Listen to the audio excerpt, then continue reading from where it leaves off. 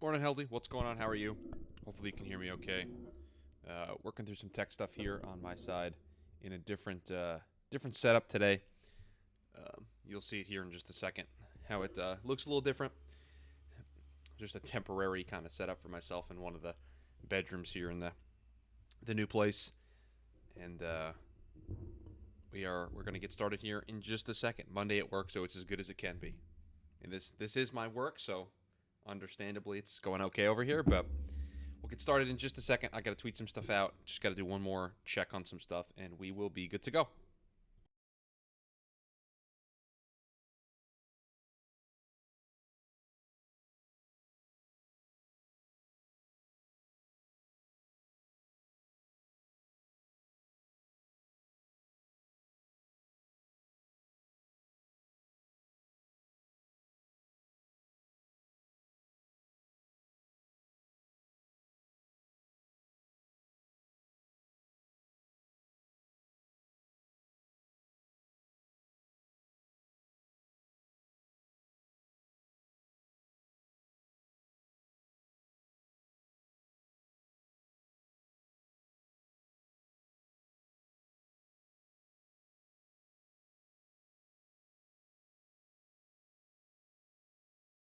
What's up, Tuttle? What's up, Colton? Hello, everybody. Welcome in. Hope everybody's having a great start to their week. Just getting started here in just a second. Just have to get through one more tech-related thing, and we should be good to go here for the show. Just want to check one thing before I push the button and get us started here. Just making sure that the microphone is in a good place, because we've got a different setup here today that you'll see in just a second. So welcome in, everybody. Hope everyone's having a great start to their week. Breakout candidates for all 32 teams. Have got the list ready to go. I'll share some of the details as to how this list got put together, how we still have some teams that we have to decide on. There are a couple of teams that when doing the research over the weekend and into this morning, a couple teams I couldn't finalize a name for. So we'll do that here together as a group, and we will get started in just a second. So I appreciate everybody being here.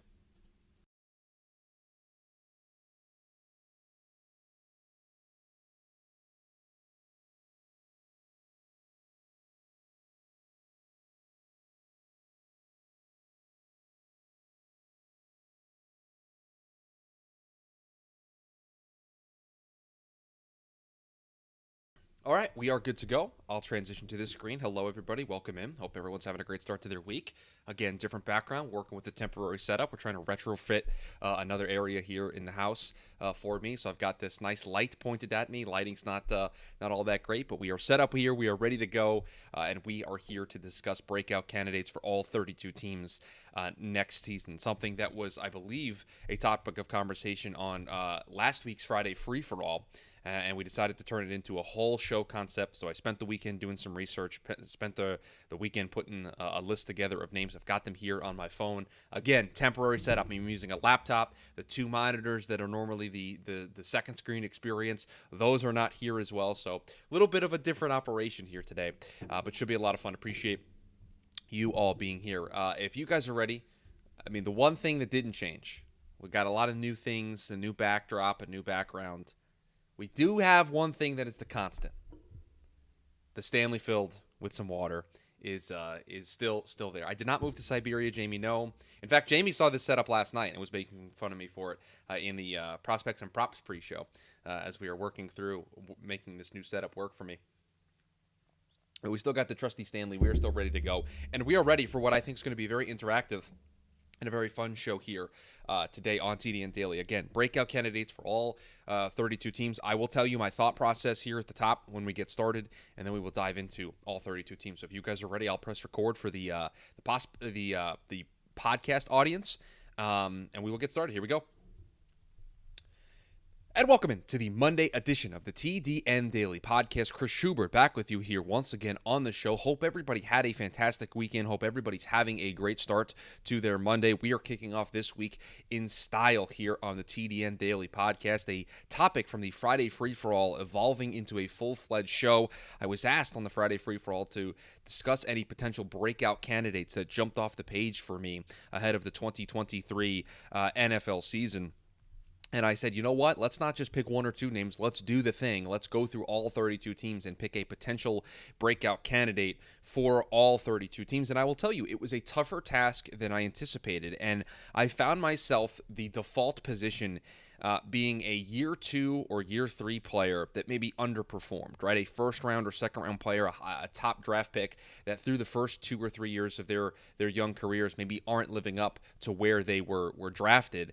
And so that is kind of where a lot of these defaulted to if I couldn't necessarily pick a really big name that is in line for a breakout season. So we'll see. I thought there was a good split between offense and defense. That was also something that I was very mindful of throughout this process. And I will be completely transparent. There are 3 teams that as I pressed record and as we are sitting here starting the show that I do not have names for, that I'm going to source with you guys. I'll walk you through my thought process in real time of why those teams didn't have a player selected, and then we can maybe discuss who could be a realistic candidate. And Colton already mentioned it there in the YouTube chat, the live YouTube chat, Monday through Fridays, 11 a.m. Eastern Standard Time. You can join us over on the YouTube side of things. But he mentioned Isaiah Simmons, the thumbnail of the show for today, and that is where we'll start. We will start with the Arizona Cardinals, and we'll go through this team by team, name by name, and Isaiah Simmons is my selection for the Arizona Cardinals. They need more out of their first-round picks over the last couple of years. Isaiah Simmons, Zaven Collins, 2 of their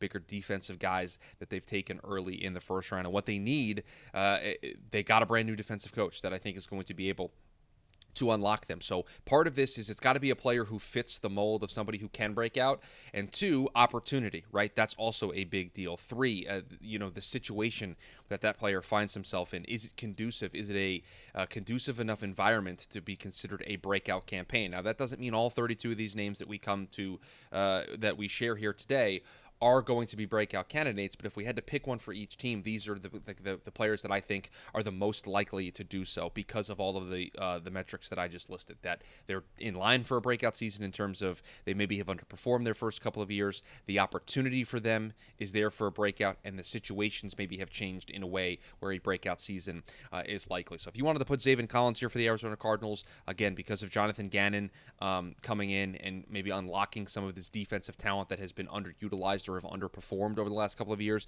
you can pick any of these guys on this Arizona defense. I went with Isaiah Simmons because I think if they unlock his potential and they unlock the Swiss Army knife ability that he certainly has, that's going to be a huge tool for this Arizona defense moving forward as they enter and they usher in a new era with Jonathan Gannon. Colton in the chat says, as a Cards fan, our linebacker core is super weird. We've got 4 off-ball guys, so we might try Simmons at edge opposite Ojulari.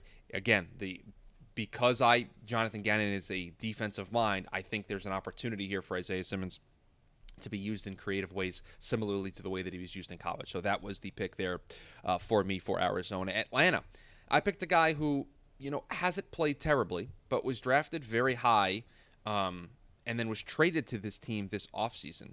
And I think the opportunity here for a breakout is in a new city, on a new team, with a new opportunity presented for this player. And again, each of these teams is going to have a different reasoning behind why we get to a certain player, right? And so I want to make that clear. The logic is consistent in the sense that all of these players we're picking to have breakout seasons and to have potentially the best years of their career. But the situations behind why we get to all these players for the specific team is different and for the specific player.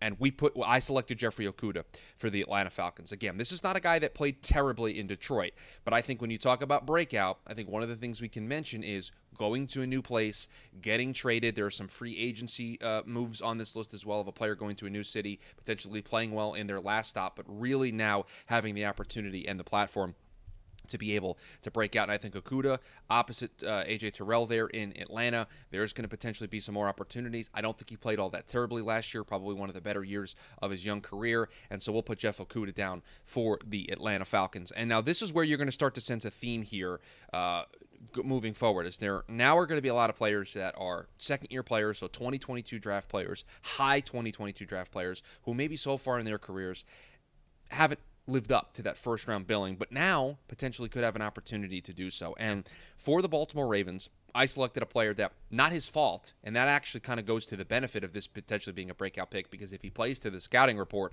we're going to look like geniuses for picking this. But this is a guy who got hurt at his pro day and missed a good portion of his rookie campaign. The expectations for him in that rookie campaign were not very high because of the injury, didn't know when he was going to come back. But then when we look at this Baltimore team, we know what they're going to have to do defensively. They're going to have to get after the quarterback. They're going to have to make life difficult for Joe Burrow. They're going to have to worry about going up against Buffalo and Kansas City and the Chargers and Jacksonville. And they gotta put pressure on opposing quarterbacks. They have to put these guys in difficult situations. And so I selected a guy who I think's role is going to be able to expand here in year 2. And I think if he plays to the scouting report, he's going to be a pretty good player. David Ojabo, for me, the player for the Baltimore Ravens as a breakout candidate for the Baltimore Ravens. The Buffalo Bills.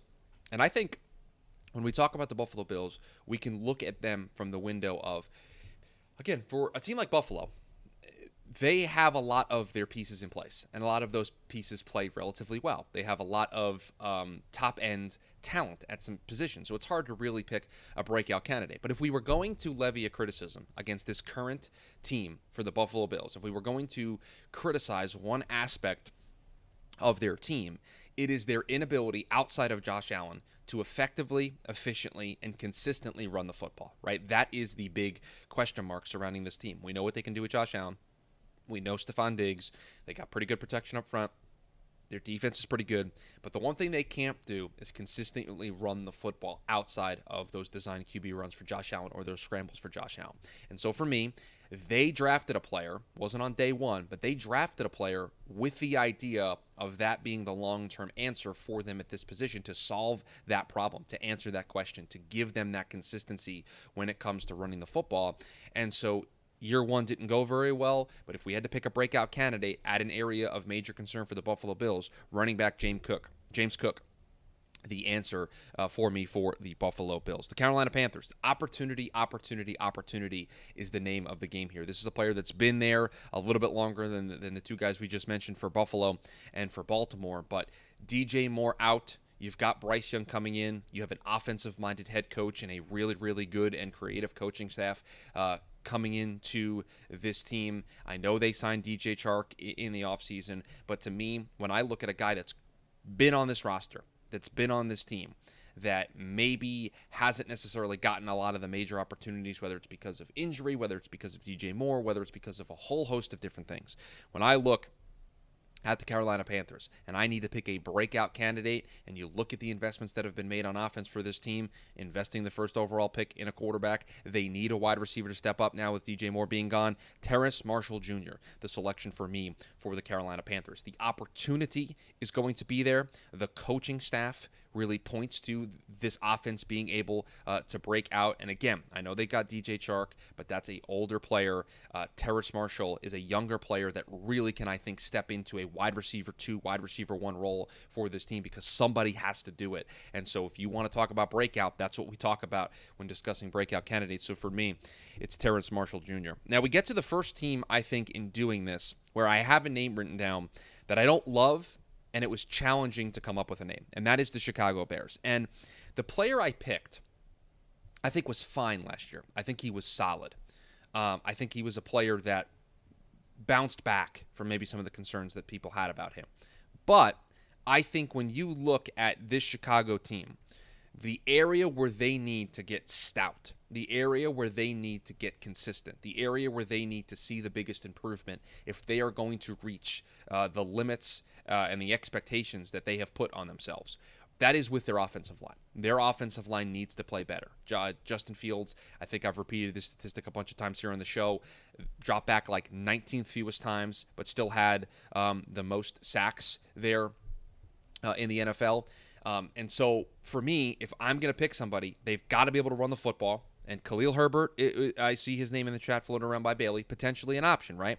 But for me, it all starts with the guys up front. And they drafted a guy with the mentality of him being one of their tackles. They move this guy inside. But this guy, if he can have a breakout season, can completely transform the way we feel about this offensive line. And so for me, breakout candidate for the Chicago Bears, Tevin Jenkins. And I see Trevor putting him in the chat. Again, I considered a bunch of different names. I considered Herbert. Again, no David Montgomery. Herbert can kind of step up and take on that running back 1 role. But for me, breakout candidate along that offensive line, starting left guard for this team, Tevin Jenkins. If he is to break out, man, this team could go very, very far. Cincinnati Bengals. We will go back to what we said a little bit earlier about Carolina. Opportunity, opportunity, opportunity. A player leaving opens up an opportunity for a player that we knew was going to slide into this role at some point. He now does, and I think is poised for a breakout because, again, this is all about opportunity. The talent when this guy was able to be on the field, great. The talent from this guy in college, great. It was just he was brought in to be able to serve two different roles, and now one of those positions has opened up for this player to where this player is now going to be able to be in a starting role and show off those skills in their go being a breakout candidate. Dax Hill, safety for the Cincinnati Bengals. Jesse Bates gone, opens up a spot. Dax Hill, when he was drafted from Cincinnati, guy with versatility to play both corner and safety, could help the team out in year one as some corner depth, also could slide in at safety. Now with Jesse Bates gone, they are able to shuffle deck chairs around, and they're able to now put Dax Hill there at that starting safety spot. So for me, Dax Hill, the selection for the Cincinnati Bengals. The Cleveland Browns, I picked an interesting one, and I'd like to see where the chat would go with this. If you had to pick a breakout candidate for the Cleveland Browns, who would you select? Because I picked, I think, a name that when I explain to you the thought process behind why I picked this player, you'll get on board. But it may not be the player you most immediately think of when picking breakout candidates for the Cleveland Browns. Maybe the YouTube chat will surprise me, and they will have the same logic that I do. Sometimes we have those galaxy brain moments where we do think very similarly. But Colton, right side of the ball. You were on the right side of the ball by saying Donovan Peoples-Jones, but can't really break out. I mean, I think he played pretty well last year and broke out and showed that he could be a player. Jamie off the top rope with the all caps Grant Delpit. Sam Teat says Greg Newsome or Elijah Moore. Elijah Moore was a player that I considered. I considered a backup, you could say, in some capacity. But I think when looking at what Cleveland wants to do offensively, I know they have Deshaun Watson and they paid him a lot of money, but they want to run the football. And Tuttle got there. Tuttle got to the answer that I selected. They want to run the football, and they did so the last couple of years with Nick Chubb and Kareem Hunt as their two-headed monster when it came to running the football. And now with Kareem Hunt being a free agent, and this team not addressing a running back currently via free agency, right now didn't draft a running back via the NFL draft. There are still options out there, and so this could change if they bring somebody else in. But for me, you want to talk about a breakout candidate. This was a guy that was an RB3 for this team that's going to get thrusted into an RB2 role, and we know how Cleveland likes to utilize their running backs. Jerome Ford, the selection for me for the Cleveland Browns. Again, this is a guy that's going to be in a backup role, but we know how important it is for the Cleveland Browns to have two guys at the running back position that can provide value for them. And so Ford getting that increase in workload, getting an increase in an opportunity makes him a selection for this list. The Dallas Cowboys, the next team up on the list. And I picked a player at a position where they just lost their starter from a year ago. I picked a position where they drafted a player pretty early to potentially be the long-term replacement. But I think for immediate, for 2023, there is a player at this position that is currently on the roster that is in a better position to thrive and to break out. And so for me, for the Dallas Cowboys, Jake Ferguson, tight end, was the selection. Dalton Schultz out. I know they drafted Luke Schoonmaker. We know the difficulties just across the board that rookie tight ends have adjusting and getting into the league and being able to be productive. And Dallas doesn't need that with Jake Ferguson on the roster. They use Jake Ferguson a lot, even with Dalton Schultz being on the field. But now elevated to that number one role, we know the way that this offense works. Heldy says I picked the wrong tight end. I didn't take Peyton Hendershot. I apologize, Heldy, for not selecting the correct tight end. But I went with Jake Ferguson here for the Dallas Cowboys. Denver. And I will tell you, Denver's one of those teams where a lot of the players currently on their team are established veterans. And so picking a breakout is a little tough because you're really just looking at this team and saying, okay, can they just bounce back? Not break out, but can they just bounce back? Not maybe necessarily defensively. And Jamie made the joke in the chat that they need a Russell Wilson breakout. And I did for a second. I did for maybe a short period of time. Consider the idea of doing Russell Wilson here, but I didn't. I picked a player that they brought in via free agency who, in his last year with his old team, kind of had a mini breakout. not a full-blown breakout, had a mini breakout that led to him getting a contract with Denver. And I think with all the attention that some of the other players on this Denver defense are going to get, this is a guy that I think could have a breakout season. And again, this is one, you guys know the drill when we do these shows. When we do these shows, if you guys want to pick a different name, if you guys want to overrule me, we will consider the overruling. But I picked Zach Allen as my selection for the Denver Broncos. This is a guy that had a mini breakout in Arizona, even with J.J. Watt there, showcased that he could get after the quarterback and be extremely productive. Parlays that into a deal with Denver. I think there's an opportunity here for a breakout for him to continue the growth that we saw towards the end of his tenure there in Arizona and have that lead into a big year there in Denver. Baron Browning was another player. I know I've seen Heldy mention him and Trevor mention him, was a player that I did consider as well, but I did go with Zach Allen. Okay, this is the first crowdsourced one that we're going to do. Who do you guys want to pick for the Detroit Lions? Because I don't have an answer written down. I've got the phone here. It's in front of me. I don't have an answer for the Detroit Lions because when you look at this, a lot of their, I mean, do you pick a James Houston to continue what he did a year ago? Is that really a breakout? Is it a breakout from a breakout? Like, that was the kind of holdup that I had there. But when you look at this team, Jared Goff is what he is. You look at, I'm not going to pick a rookie to break out. That's kind of unfair, right? And so trying to find a player that fits that kind of mold of a breakout. Sam had the other name that I thought of. James Houston was one, but Aleem McNeil was the other. And so we'll put one of those two guys down. I think for the spirit of what we're doing, I think Aleem McNeil makes more sense than James Houston. And so that's why I'll lean towards Aleem McNeil. So we'll pencil him in for Detroit. We've got a bit of a stretch here where we've picked players for all these teams, so we're good. The Green Bay Packers, a selection. And I think picking Jordan Love would be in line with what we are trying to do here. I did not do that, but I think it would be extremely fair to pick Jordan Love as a breakout candidate. I didn't do that. I picked a defensive player. I picked a player on a level of the defense that maybe doesn't get enough love sometimes.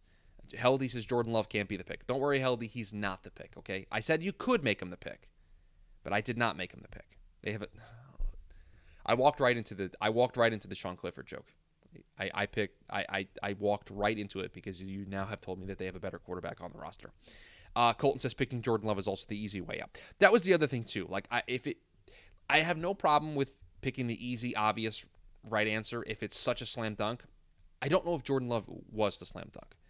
I picked Quay Walker at the linebacker spot for the Green Bay Packers, and I saw some Wyatt mentioned in the chat.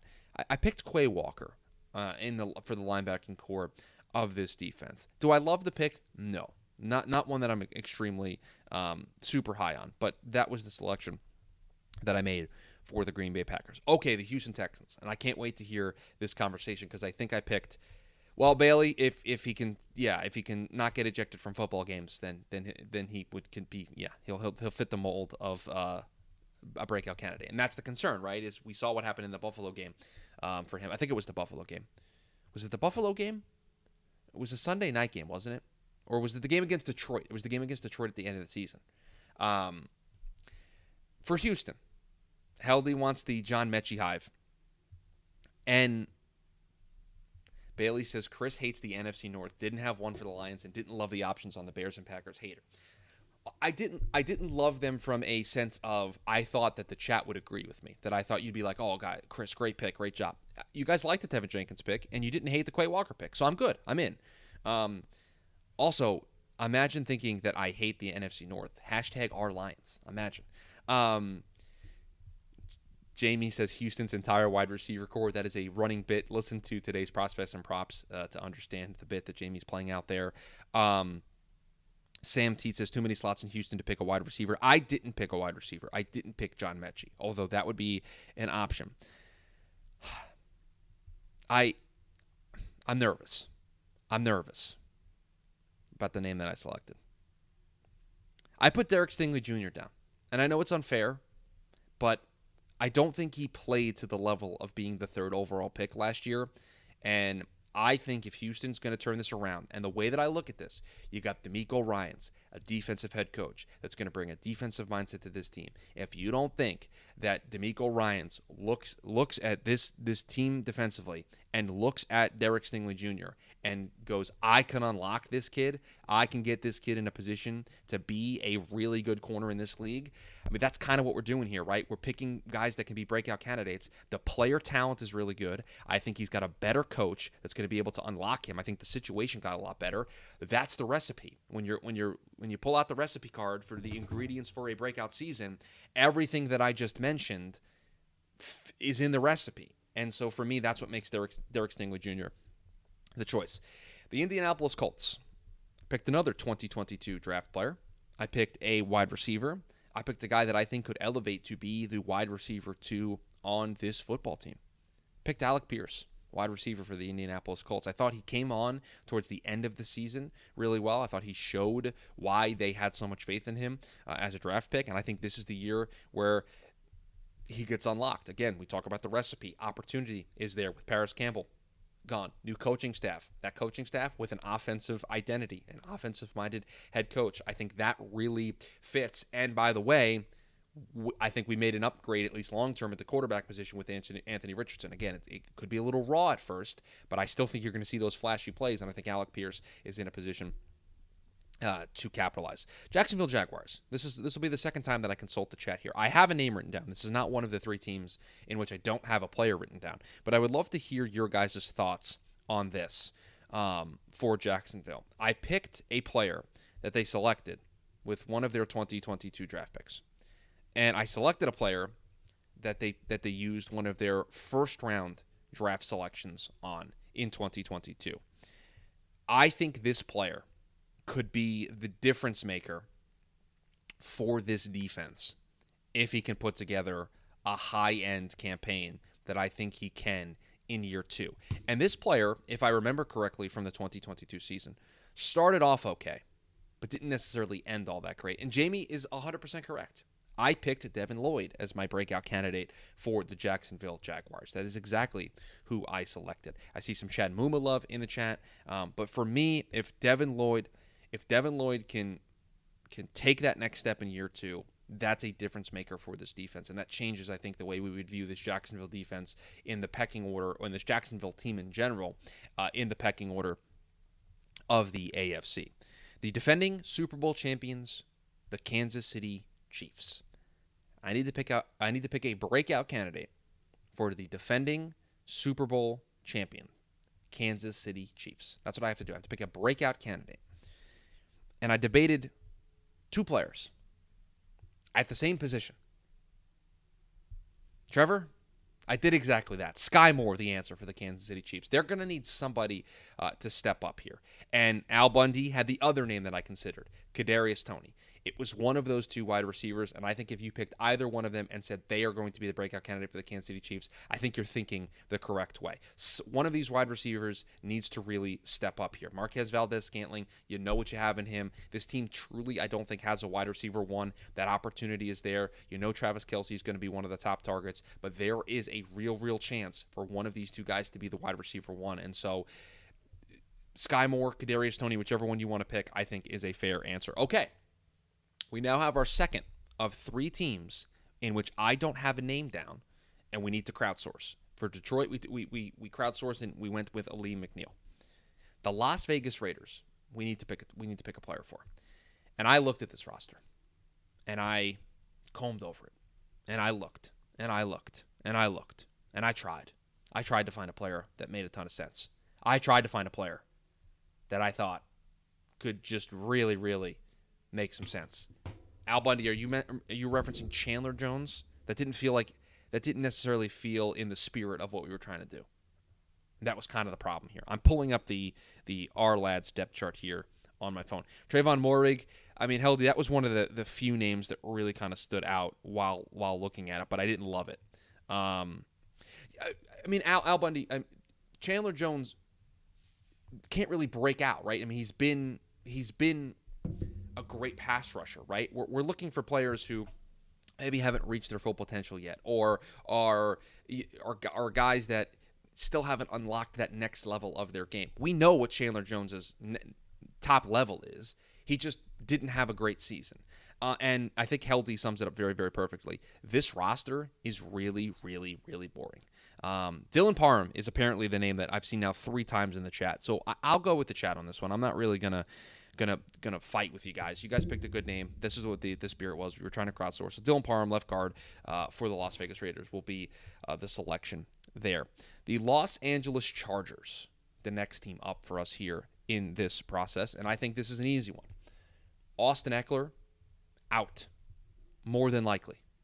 Don't really know what the future is going to hold for Austin Eckler, but I don't really foresee him playing for the Los Angeles Chargers in 2023, one way or the other. I really don't. So, breakout candidate for me, Isaiah Spiller, a guy they spent a draft pick on a year ago. Didn't have a super big role in year one. Not his fault, just the way that the roster broke down. But I think there's going to be an opportunity here in year 2 for Isaiah Spiller to have the opportunity to break out. Now, if Austin Eckler comes back, we would change this pick. We would pick a different player. But I don't expect Austin Eckler to be on the 2023 Los Angeles Chargers. And so with that in mind, we took Isaiah Spiller. Los Angeles Rams, the next team up. Is Jamie Eisner still in the chat? Because this is for him. This is absolutely for him, this selection, in a lot of ways. Because for those who don't know, I have said very strongly that I think Puka Nacua is the wide receiver 2 for the Los Angeles Rams. That I think he will be the wide receiver 2. And this pick for breakout candidate for the Los Angeles Rams feels very Israel Abanikanda-esque. When I talked bad about the Izzy pick, but then I picked him as the most impactful rookie. My pick for breakout candidate for the Los Angeles Rams, I put Van Jefferson down to really emerge as a top wide receiver option. This is the year to do it, right? If it's gonna happen, if there's gonna be a year in which it occurs, this would be the year, right? I see some Logan Bruslove in the chat. Jamie said Kobe Durant. I mean, those are some good options. But I went with Van Jefferson as my pick for the Los Angeles Rams. The Miami Dolphins, the next team up for us here on this list, and we've got, 10 or so left here to go. And this player I'm picking specifically because I think this is the year where he emerges in that top end. We talk about this guy as a top 10 pass rusher in the league. That is the breakout that I am predicting for this player. This is a player that has played well over the first couple years of his career. But I think this player this year takes that next step and becomes one of the players that we talk about when we talk about the elite pass rushers in this game, and that's Jalen Phillips, edge for the Miami Dolphins. That is the pick that I am making because I think this is a guy over the first couple years of his career has been very, very good. I mean, he has not been a guy that we talk about with some of the other players in this conversation where has had a couple of just meh years and we're waiting for the breakout. This breakout is into an upper echelon, into a tier of player there are only a handful of guys that we talk about in this caliber. Jalen Phillips, to me, is on the verge of breaking through that glass ceiling and breaking into that stratosphere, and I think this is the year where it could be the case. The Minnesota Vikings, the next team up. And I picked a player who, changing teams, going to probably be in maybe a little bit of a different role. And he's a player that I didn't necessarily love during his time at his old stop. But I think this is a player that in a new role, in a new city, in a new place, could potentially do really well. I picked Byron Murphy, corner, for the Minnesota Vikings as my pick for them. So, Heldy, you say easy choice for Minnesota is Madison. Is that because you are assuming the same thing I did with the Chargers and assuming that Austin Eckler gone? So in this case, you're assuming Dalvin Cook not going to be on the team, and so we can just pick Alexander Madison. I'm assuming that's the logic. I think the concern that I would have with that is we've seen a good bit from Alexander Madison, so we kind of know what he is. We kind of know how good he can be. And I worry against the idea of just assuming in this case with Madison that increasing his workload to Dalvin Cook's level all of a sudden means he's going to be a great player. I have the same concern about Tony Pollard in Dallas, right? Tony Pollard is a very good running back, but I worry about the idea that maybe he was so good because of the role that he was in, being part of a,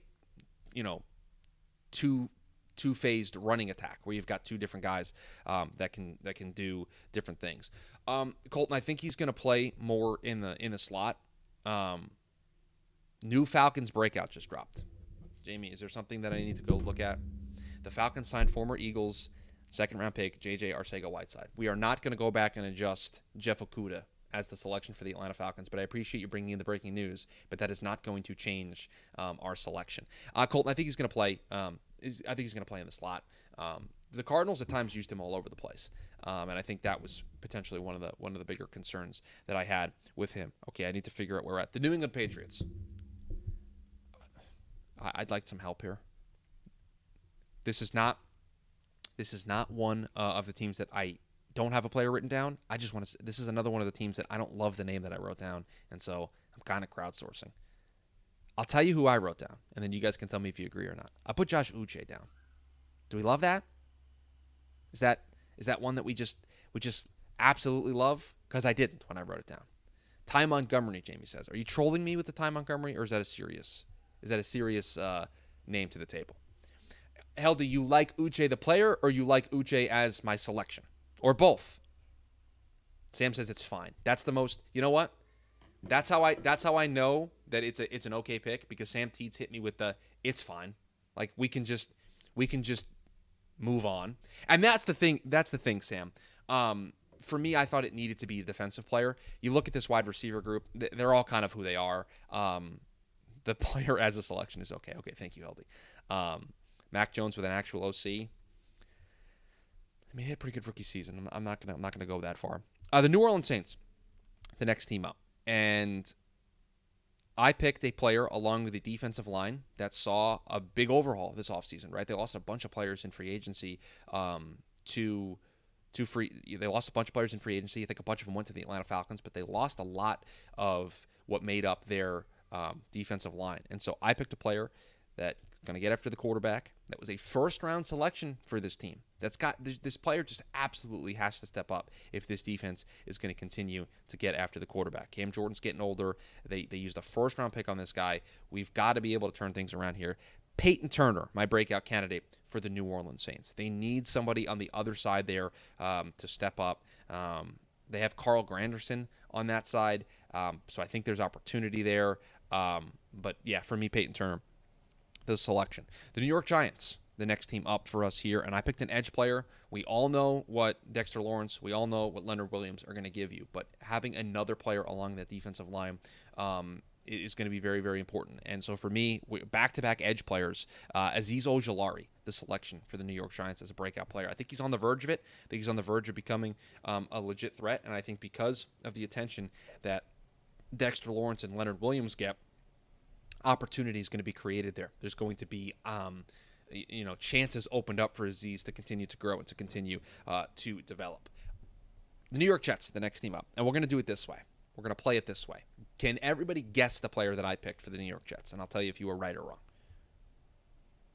That is how we're going to do this here, as we just have a couple more teams left to go. But I will ask you to guess the player that I selected as the breakout candidate for the New York Jets.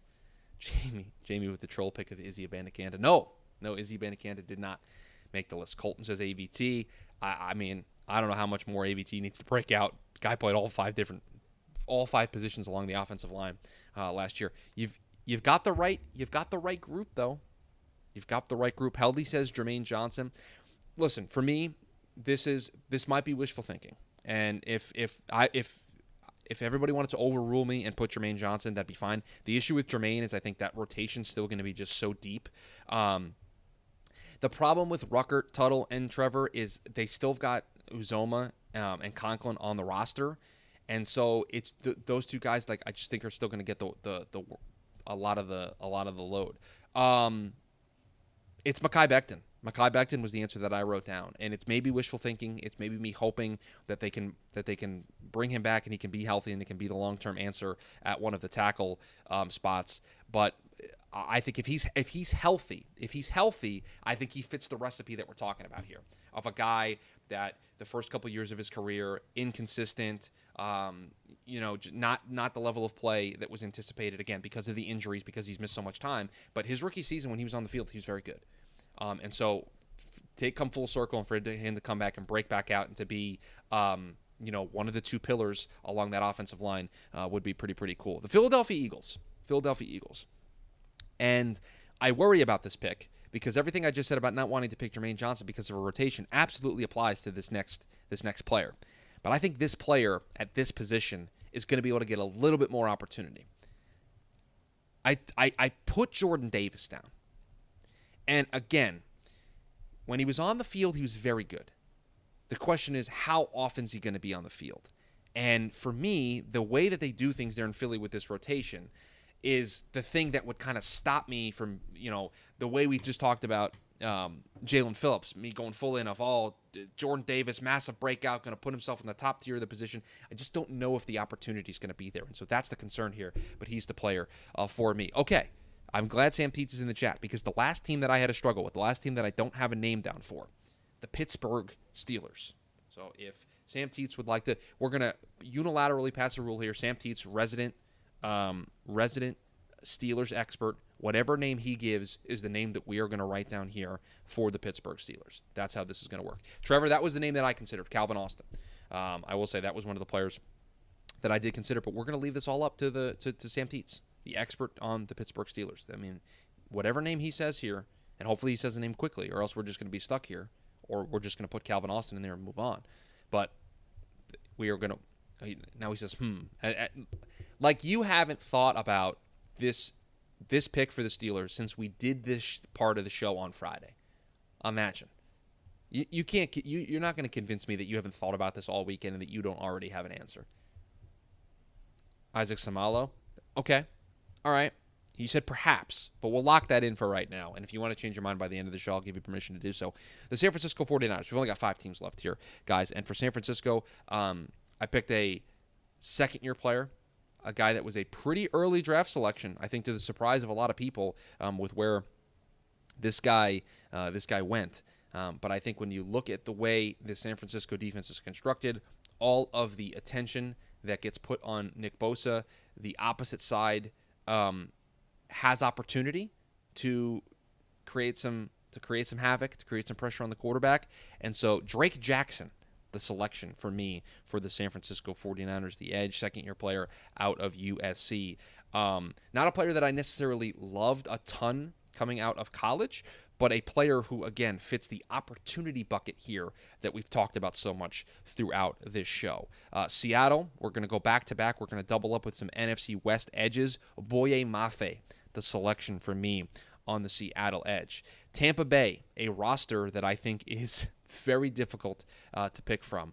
But I think when you look at the quarterback play that's going to be there from Baker Mayfield and or Kyle Trask, I think a player that could break out because I think a lot of attention is going to be given to shutting down these wide receivers on the outside.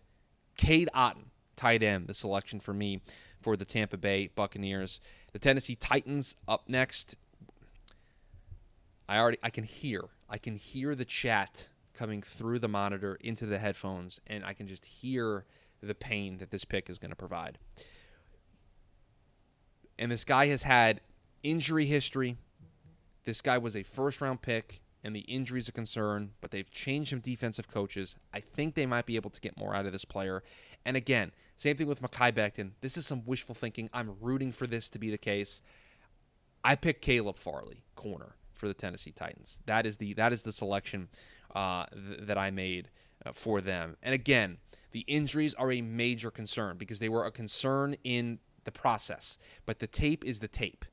And he was really good that 1 year at Virginia Tech that led him to being a top draft selection in that draft. The back injuries, the red flags medically, like those are all big deals, but I think they're going to be able to get more out of him. Does he break out into being the corner that they thought they were drafting with that first-round pick? I don't know, but I think he is going to break out in a big way. I also almost selected Roger McCreary, Sam. That was another name that I did consider. And for Washington, I think this guy had a better sophomore season than he did rookie season, but I think there's more to go. Jamin Davis, linebacker, was the pick for the Washington Commanders. And so there you have it. Breakout candidates for all 32 teams in the National Football League. Another beefy show here on the TDN Daily podcast. So appreciate everybody making this show part of their day. For those of you listening in the podcast feed, we would greatly appreciate a rate, review, subscribe. We've got a lot of fun things planned coming up. More shows like this, more deep dives like this, where we're going through all 32 teams and looking at these situations across the league. These are a lot of fun, and I really appreciate all the interaction that we get all on them on a regular basis. If you want to join us for the YouTube version of the show, Monday through Friday, 11 a.m. Eastern Standard Time, you get the pre-show, you get to be a part of the show recording, and then you get to be a part of the post-show, and I'm sure the post-show is going to be very, very entertaining today as we debrief from this show. So appreciate everybody making this show a part of their day. Hope everybody has a great rest of their Monday. I will talk to you all tomorrow. All right, we're into the post-show. Appreciate that, everybody. Appreciate everybody being here. Appreciate all the names, all the support in the chat was greatly appreciated here on the show today. This was a fun one. I enjoyed putting it together. I spent the weekend trying not to look at rosters and just trying to think team by team and think of players that immediately jumped out to me. And then this morning I sat down and I wrote through some names and just worked through some different permutations of it. And I think the big takeaway for me was just you had a handful of teams, I would say probably 5 or 6, in which it was really hard to identify a breakout candidate, whether it's because the roster is in really bad shape, like the Raiders, or it's a team like the Lions, who I think they've got a ton of established players, or like rookies, and I'm not going to pick rookies for breakouts. I just don't think that's the spirit of what we're doing. Shout out to you, Heldy, for asking the question about breakout candidates on Friday that led us to do this show here today. It was a lot of fun. It was a good little fun little thought exercise. But yeah, there are just some teams where it just doesn't, the breakout doesn't really fit. And so you're then betting on somebody who's maybe had an injury history, or you're betting on a player who coming out of the draft process was a highly touted prospect. And so that's why I think the theme that really started to emerge was a development of a lot of second-year players that fit into this breakout candidacy. And then again, there were some other players. I think the Jalen Phillips pick is probably one of my favorites, because again, the expectation there is I'm expecting him to break out into stardom, right? Not a guy that has had inconsistency, a guy that's been really good, but I'm expecting an entirely new leap. Yeah, I was talking, played golf yesterday with a buddy who's a diehard Raiders fan, just through and through, knows the roster in and out, guy just knows football, right? I love having conversations with him. A guy I used to host radio with, so he and I could just go back and forth on football conversations all the time. And he's like, I don't understand the vision. He goes, I don't understand what they're trying to do. And for him to be confused by what they are trying to do is telling, because he normally always is able to kind of not twist himself into a pretzel, but always find a justification and always find a plan. And even he looks at Ziegler and McDaniels and looks at this roster and says, I don't know what this is going to look like. I don't know what the plan is, if it's a short-term thing, a long-term thing. He didn't really have a good answer for me. So there were teams like that are really hard to pick for as well. So it was a fun thought exercise. It was a fun process. And I think the cool thing is we'll be able to look back and see if any of these predictions, how many of them panned out. I don't know what a good success rate would be here. Is 20% a good success rate? 10%? If we get 10 names, we'll be happy. I don't know what we would define as a pretty good success rate for this. But appreciate everybody making this a part of their day. Appreciate everybody being here in the post show. We've got a great week of shows ready to go here. The setup might look different throughout the week. Again, I'm working on, this is a temporary setup. We're working on right around the corner here. There's a separate area at this house where I'm going to move this stuff to, but we are working through some of the logistics of moving stuff around here in the house and getting everything where it needs to go. So appreciate everybody being here. Appreciate everybody making this show a part of their day. Have a great rest of your Monday, everybody, and I will talk to you all tomorrow.